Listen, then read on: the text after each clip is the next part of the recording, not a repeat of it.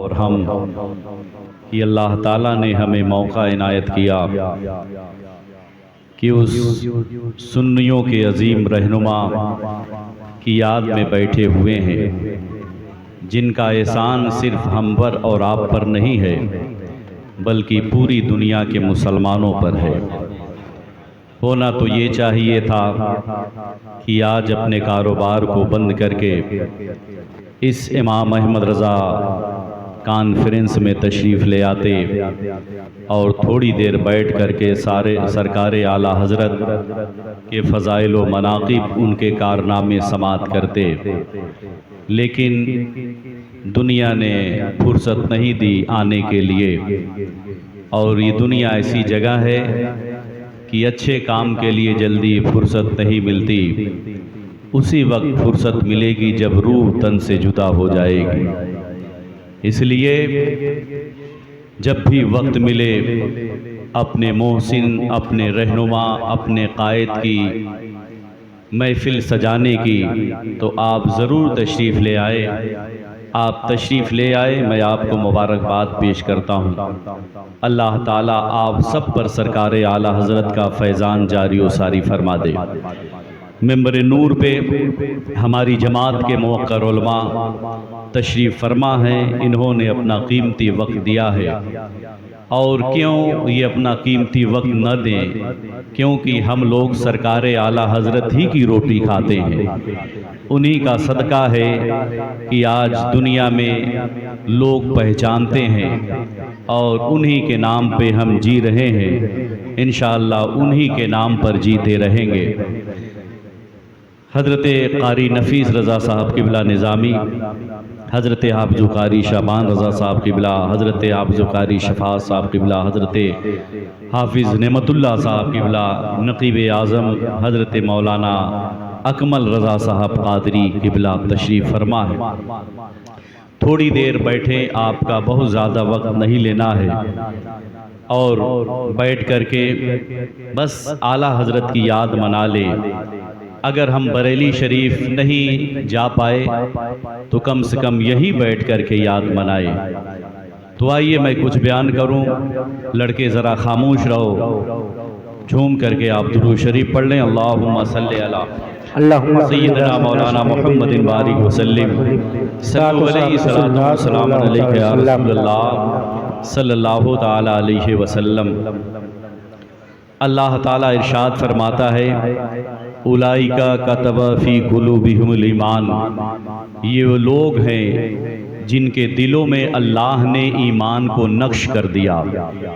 حضرات، جو اللہ اور قیامت کے دن پر ایمان رکھتا ہے، ان کے بارے میں اللہ رب العزت نے ارشاد فرمایا، یہی وہ لوگ ہیں جن کے دلوں میں اللہ نے ایمان کو نقش کر دیا۔ اس دنیا میں جو اللہ اور اس کے رسول سے محبت رکھتے ہیں، آپ نے کبھی نہیں دیکھا ہوگا کہ وہ لوگ اللہ اور اس کے رسول کے دشمنوں سے دوستی کرتے ہوں، نہیں، بلکہ ان کی دوستی ہے تو صرف اللہ کے لیے، کسی سے دشمنی ہے تو صرف اللہ اور اس کے رسول کی رضا کے لیے۔ ہم ان لوگوں سے محبت کرتے ہیں جو اللہ اور اس کے پیارے محبوب اور اللہ کے محبین سے محبت کرتے ہیں۔ آپ کا تجربہ ہوگا، مشاہدہ ہوگا کہ جو لوگ اللہ اور اس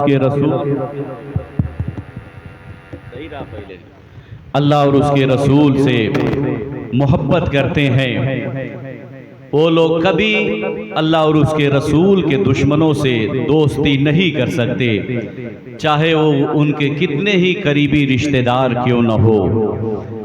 اللہ کے نبی صلی اللہ علیہ وسلم کی محبت اور حضور کی فرما برداری اور وفاداری کرنے کی وجہ سے اس دنیا میں مسلمان او عظیم الشان طاقت بن گئے کہ جس کو دیکھ کر کے دنیا کے لوگ تھرا گئے، باطل لرز گئے، ایوان کفر میں زلزلہ آ گیا، اسلام کا پرچم بلند ہوا۔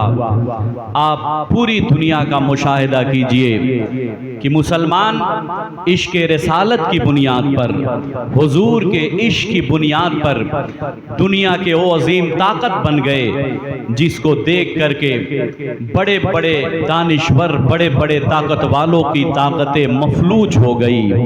حضور کے عشق کی وجہ سے، حضور کی محبت کی وجہ سے اس دنیا میں مسلمان عظیم طاقتور بن گئے۔ تو آپ کو معلوم ہے یہی ملک ہندوستان ہے۔ اس ملک ہندوستان پر ایک ایسا دور بھی آیا تھا کہ انگریز اس ہندوستان کی سرزمین پر اپنا بزنس چلانے کے لیے تجارت کی غرض سے ملک ہندوستان پر آئے تھے، اور تجارت کرتے کرتے آہستہ آہستہ ہندوستان کی سرزمین پر قبضہ جما لیا۔ ان کا یہی کام تھا کہ آپس میں لڑاؤ اور حکومت کرو، یہی ان کا مشغلہ تھا۔ چونکہ انگریزوں نے سچے مسلمانوں کی ہسٹری کا مطالعہ کیا تھا کہ یہ مسلمان کبھی ان کو طاقت کی بنیاد پر زیر نہیں کیا جا سکتا، کبھی ان کو ہتھیاروں کی بنیاد پر زیر نہیں کیا جا سکتا، کبھی ان کو فوجی طاقت کی بنیاد پر زیر نہیں کیا جا سکتا، کیونکہ ان کے نگاہوں کے سامنے دنیا کی تمام جنگیں موجود تھی۔ بدر کے میدان میں 313 تھے تو ہزاروں کے مقابلے میں اتر پڑے تھے۔ احد کا میدان ہو یا خندق کا میدان ہو یا کربلا کا میدان ہو، جس میدان میں مسلمان اترے ہیں کامیابی نے ان کے قدموں کا بوسہ لیا ہے۔ یہ سارے مناظر انگریزوں کی نگاہوں سے گزرا تھا، تو انگریزوں نے یہ سوچا آخر یہ مسلمان قوم، ان کو کیسے زیر کیا جائے؟ ان کو بارود سے زیر نہیں کیا جا سکتا، ان کو ہتھیاروں سے زیر نہیں کیا جا سکتا۔ تو ان لوگوں نے سچے مسلمانوں کی زندگی اور ہسٹری کا مطالعہ کیا تو اس نتیجے تک پہنچے کہ مسلمانوں کو اس لیے زیر نہیں کیا جا سکتا ہے، ان کے اندر ایک ایسی طاقت ہے، اسی طاقت کی بنیاد پر یہ ہر میدان میں کامیاب ہوتے ہیں۔ معلوم ہے وہ طاقت کیا تھی؟ وہ طاقت عشق مصطفیٰ کی تھی، وہ حضور کی محبت کی تھی۔ تو انگریزوں نے کہا کہ مسلمانوں کو ہتھیاروں سے زیر نہیں کیا جا سکتا، اگر ان کو پست کرنا ہے، اگر ان کو زیر کرنا ہے تو ان کے سینے سے ان کے نبی کے عشق کو نکال دیا جائے، ان کے سینے سے روح محمدی کو کھینچ لیا جائے۔ تو ان انگریزوں نے مسلمانوں کو آپس میں بانٹنے کے لیے، مسلمانوں کو آپس میں لڑانے کے لیے دو گروہ کو تیار کیا۔ ایک گروہ ماں باپ، ایک ایسا گروہ تیار کیا جسے مادر پدر آزاد ماڈرن کا گروہ کہا جاتا ہے۔ یہ گروہ نے مل کر کے مسلمانوں کے ظاہری شکل و صورت کو بدل دیا، بلکہ مسلمانوں کو کالجوں، مسلمانوں کو مسجدوں اور مدرسوں سے کھینچ کر کے کالجوں اور کلبوں تک پہنچایا گیا۔ مسلمان قوم کو، قرآن کی تلاوت کرنے والی قوم کو ناچ اور گانے کا شوق دلایا گیا۔ مسلمان عورتوں کے سروں سے دوپٹہ اتار دیا گیا، مسلمان کے چہرے سے داڑھیوں کو کلین سیو کر دیا گیا، مسلمان کے چہرے سے، مسلمان کے سر سے امامہ کو کھینچ کر کے انہیں ننگا کر دیا گیا، اور کھڑے ہو کر کے کھانے پینے کو، کھڑے ہو کر کے پیشاب کرنے کو ترقی کا نام دیا گیا۔